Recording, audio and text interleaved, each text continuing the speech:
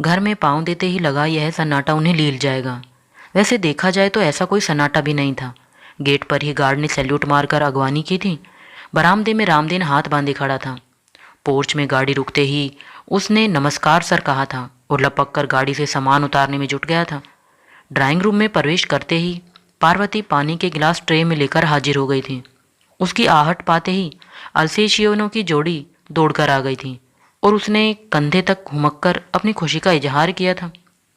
सब कुछ था, फिर भी एक आदमी के न रहने से घर वीरान लग रहा था। ऐसा भी नहीं कि सचिन पहली बार घर से बाहर गया हो। पढ़ाई के सिलसिले में पिछले 4-5 साल से वह बेंगलुरु में ही था, पर उस समय हर छुट्टी में उसके आने की आशा बनी रहती थी। लेकिन अब तो वह एकदम सात समंदर पार पहुंच गया है। शायद उसके मन का निचाट सोनापन ही घर में प्रतिबंधित हो रहा था।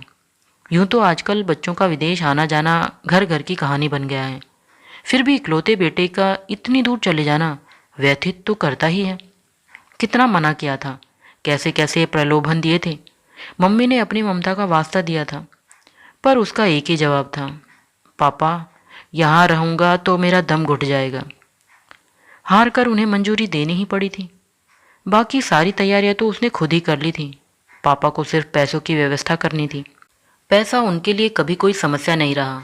अब तक उन्होंने सचिन की हर इच्छा, हर मांग पूरी की थी। कभी कोई मलाल नहीं हुआ। पर पता नहीं क्यों इस बार ऐसा लगा जैसे वह अपने पैसों से अपना एकाकी बुढ़ापा खरीद रहे हैं। उन दोनों का मन वैसे ही बहुत दुखी था। कुछ लोग उन्हें डरा रहे थे।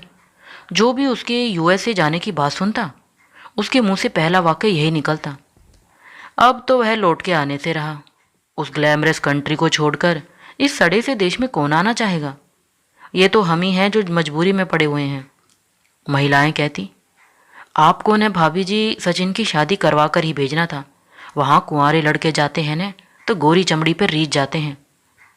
एक ने तो जैसे भविष्यवाणी ही कर दी। आप तो मन पक्का कर लीजिए अभी से, अगली बार सचिन आएगा तो अकेला नहीं आएगा। वह तो एयरपोर्ट पर आपके पैर छू लेगा, पर पीछे से कोई हाथ बढ़ाकर कहेगा, how do you do mother in law. संभावित मदर इन लो उस समय तो हंसकर रह गई थी, पर बात उनके मन में गहरी बैठ गई थी। कल रात होटल में उन्होंने बेटे से कहा था, हनी तुम शादी जब करना चाहो, जिससे करना चाहो, हमें ज़रूर बताना। हम धूमधाम से तुम्हारा ब्याह रचाएंगे। बहुत अरमान है हमारे, उन पर पानी मत फेर देना। कम ऑन मम्मा, मैं वहाँ पढ़ने जा रहा हूँ, शादी करने नहीं। फिर भी बेटा मेरी बात याद रखना। फिर कुमार साहब ने भी कहा था, बेटा एक बात मेरी भी याद रखना। तुम्हें वहाँ जितने भी दिन रहना है रहो, जो भी पढ़ना है पढ़ो, पर लौट कर जरूर आना। इस देश को और हमें भी तुम्हारी ज़रूरत है। बेटा हंस दिया था, पापा अभी तो मैंने कुछ भी तय नहीं किया है।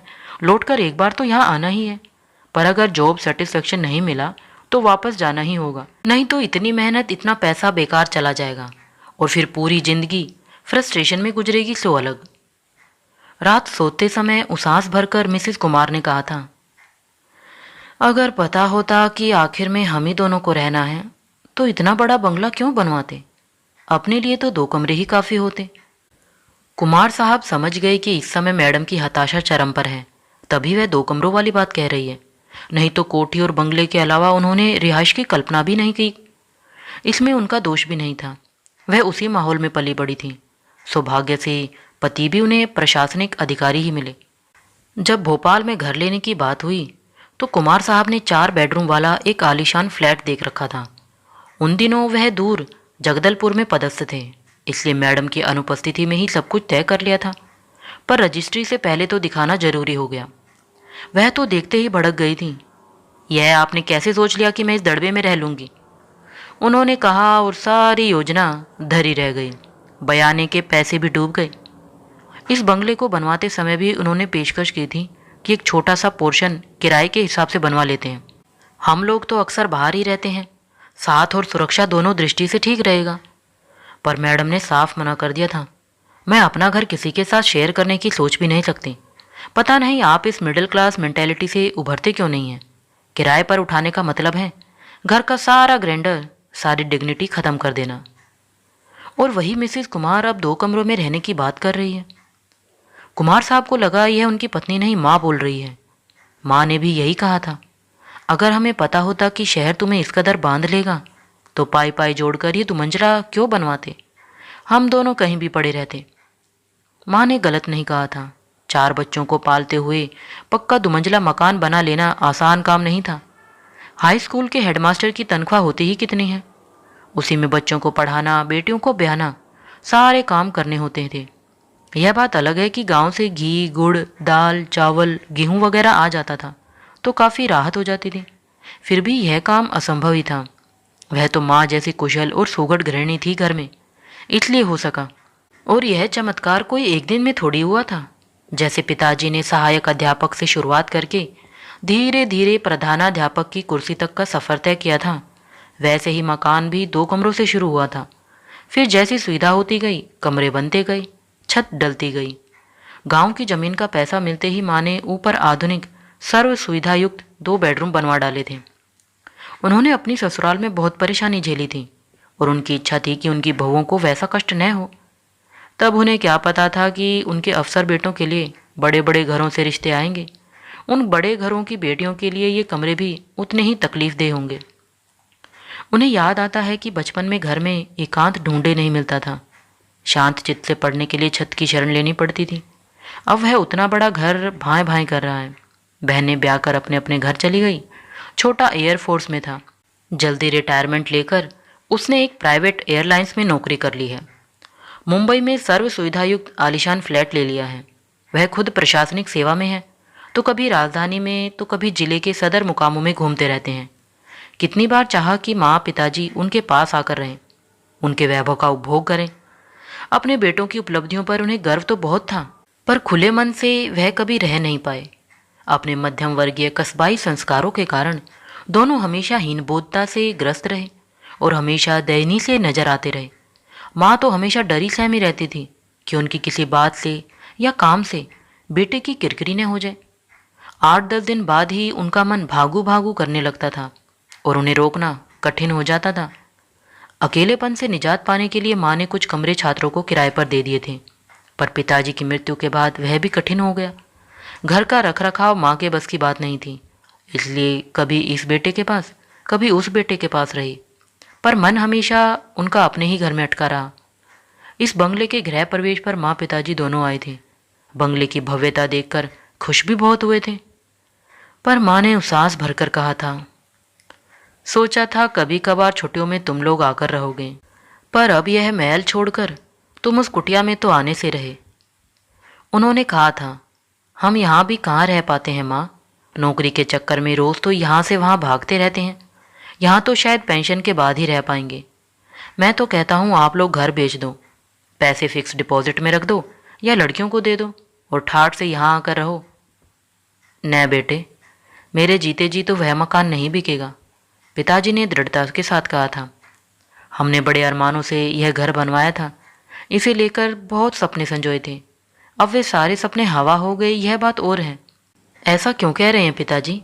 इस घर ने आपको क्या नहीं दिया? हम सब इसी घर में पलकर बड़े हुए हैं। हम चारों की शादियाँ इसी घर में हुई हैं। बच्चों की शिक्षा दीक्षा और शादियाँ माँ बाप के यहीं तो सपने होते हैं। हाँ, यह भी तुम ठीक ही कह रहे हो।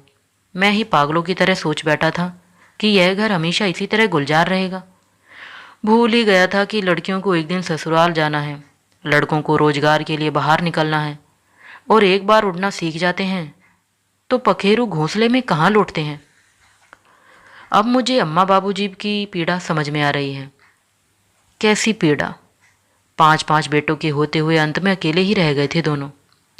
अम्मा तो हमेशा कहती थी, अगर मैं जानती कि पढ़ लिख कर तुम लोग बेगाने हो जाओगे तो किसी को स्कूल नहीं भेजती, अपने आंचल में छुपा कर रखती। और अपने अम्मा बाबूजी की याद में पिताजी की आंखें छलछला आई थी।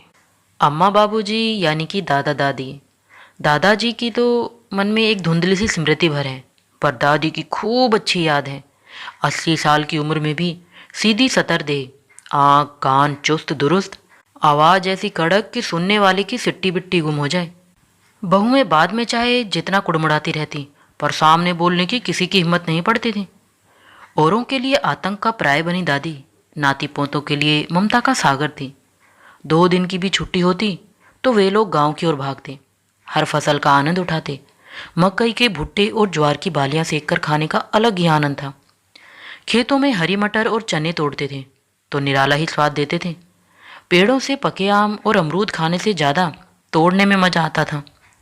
खुली खुली हवा में घूमना, नदी में डुबकियां लगाना, कुएं से डोल भर भर कर नहाना, पेड़ों पर बंदरों की तरह उछल कूद करना, उनका पूरा बचपन इन्हीं स्मृतियों से भरा पड़ा है। उन्हें दुख है कि इन्हें कभी पत्नी के साथ शेयर नहीं किया जा सका। गांव जाने के लिए वे लोग बेसब्री से छुट्टियों की प्रतीक्षा करते थे, पर माँ को गांव जाना कभी नहीं भाया। वह केवल तभी जाती थी जब उनका जाना जरूरी हो। कहती, मैं अपने हिस्से का पहले ही रह चुकी हूँ, एकदम आघा गई हूँ। हुआ यह कि शादी के समय पिताजी पढ़ रहे थे तो माँ को मजबूरन गांव में सास ससुर के पास रहना पड़ा था। उस समय की 10वीं पास माँ घर की 4 दीवारी में कैद होकर रह गई थी। उनकी पढ़ाई लिखाई, सीना पिरोना, गाना बजाना सब रसोई में दफन होकर रह गया था। गाना बजाना तो खैर पतूरियों का काम था। बड़े बुजुर्गों के सामने बहुओं का पुस्तक पढ़ना भी क्षम्य नहीं था। सिलाई कढ़ाई के लिए समय ही नहीं था। इन कलाओं का उपयोग तो माँ अपनी स्वतंत्र गृहस्थी में ही कर पाई थी। यहाँ तो बस काम काम और काम ही था। सुबह शाम चूल्हा चौका, सानी पानी झाड़ू बुहारी में बीतता था। दिन दोपहर में रोज नए आइटम होते। आज धान पसाया जा रहा है, आज दाल दली जा रही है, बढ़िया तोड़ी जा रही है, पापड़ बनाए जा रहे हैं, तिल्ली धोई जा रही है, आम सुखाए जा रहे हैं। इसके अतिरिक्त बीनना, फटकना, लीपना, पोतना तो था ही। माँ का घाना स्वाभाविक ही था। जब तक पिताजी की पढ़ाई पूरी हुई, माँ एक बिटिया को जन्म दे चुकी थी। माँ की खींच और बढ़ गई। गृहस्थी का स्वाद चखा नहीं था और यह जिम्मेदारी सिर पर आ गई। इसलिए पिताजी की नौकरी लगते ही माँ ने राहत की सांस ली। हालांकि पिताजी की नौकरी से माँ के अलावा कोई और खुश नहीं था। दादाजी ने तो कह दिया था, बहुत हो गया पढ़ना लिखना, अब घर बैठो और मेरा हाथ बटाओ, तुम्हारी साल भर की तनख्वाह एक फसल पर ही दे दूंगा। लेकिन एक बार बाहर की खुली हवा में सांस लेने के बाद गांव की बंदिशों में जीना असंभव था। उधर माँ ने भी विद्रोही तेवर अपना लिए थे कि या तो साथ लेकर चलो या पीहर में छोड़ दो। उन दिनों अपनी ब्याहता को साथ ले जाना बड़ी दिलेरी का काम था, पर पिताजी ने यह साहस कर दिखाया और नालायक करार दे दिए गए। बाद में बाकी चारों भी एक एक करके बाहर चले गए और इस बुराई का ठीकरा बड़े के सिर ही रहा। बेटों के बाहर चले जाने के बाद दादा दादी भाई भतीजों के सहारे खेती कर रहे थे। इस सेवा के पुरस्कार के रूप में किसी को आम, किसी को नींबू, किसी को कटहल के पेड़ देते रहे। इस दान पुण्य से बहुएं घबरा गई, पर दादाजी के रहते किसी को कुछ कहने की हिम्मत नहीं पड़ी। उनकी आंख बंद होते ही सबने अपने अपने पतियों को हिस्से के लिए उकसाना शुरू किया। 5-7 साल बाद दादी ने भी अपने गुजारे लायक जमीन रखकर बाकी के हिस्से कर दिए। अपने हिस्से की जमीन बेचकर माँ ने फौरन छत पर 2 बढ़िया कमरे बनवा डाले। जिन बहुओं के लिए ये कमरे बने थे उन्होंने शायद ही उन्हें कभी नवाजा हो। दादी के अंतिम वर्षों में पिताजी ने उन्हें बहुत बार मनाया कि अब मेरे पास आकर रहो, पर उन्होंने साफ मना कर दिया। कहती, अब आखिरी समय में मैं कहीं नहीं जाऊंगी, मेरा बुलावा कभी भी आ सकता है। पिताजी हंसकर कहते, बुलावा आना होगा तो वहाँ भी आ जाएगा, उसके लिए यहाँ रहने की क्या ज़रूरत है। वह कहती, वाह, वहाँ बुलावा आ भी गया तो किस काम का, वहाँ मुझे कौन जानेगा। गांव में मरूंगी तो सब कहेंगे बड़ी पंडिताइन मरी है, सारा गांव मुझे कंधा देने आएगा। दादी का कहना गलत नहीं था। उनकी मृत्यु पर सारा गांव रोया था। उनकी 13वीं पर तो जैसे उत्सव का माहौल था। भरे पूरे दरबार से जो गई थी। बेहिसाब रसोई बनी थी। सुबह से लोग आ रहे थे, खाते जा रहे थे। मजे की बात तो यह है कि इस महाभोज की सारी व्यवस्था दादी ने खुद ही कर रखी थी। उन्हें शायद अपने नादान बेटों और कंजूस बहुओं पर विश्वास नहीं था। आदमी मन में कैसे कैसे मोह पाल लेता है, मरने के बाद भी उससे मुक्ति नहीं मिलती। कुमार साहब को पता नहीं क्यों आज ये सारी बातें याद आ रही थी। उन्हें लगा कि उनके घर में नया कुछ नहीं हुआ है, बस इतिहास अपने को दोहरा रहा है। अगर कल को सचिन यूएसए में सेटल हो गया तो उन्हें जरूर बुलवा भेजेगा, पर क्या वह उसके पास रह सकेंगे? 4-6 महीने घूमकर आना अलग बात है, पर अपने परिवेश से दूर, अपनी जड़ों से कटकर वहां सदा के लिए रहना क्या संभव है? No, never. यह बात शायद वे जरा जोर से कह गए। पास लेटी पत्नी ने उन्हें झिंझोड़ कर जगाया। क्या कह रहे हो? कुछ नहीं, यही सोच रहा था कि अब सचिन का बेटा कहाँ जाएगा, चांद पर।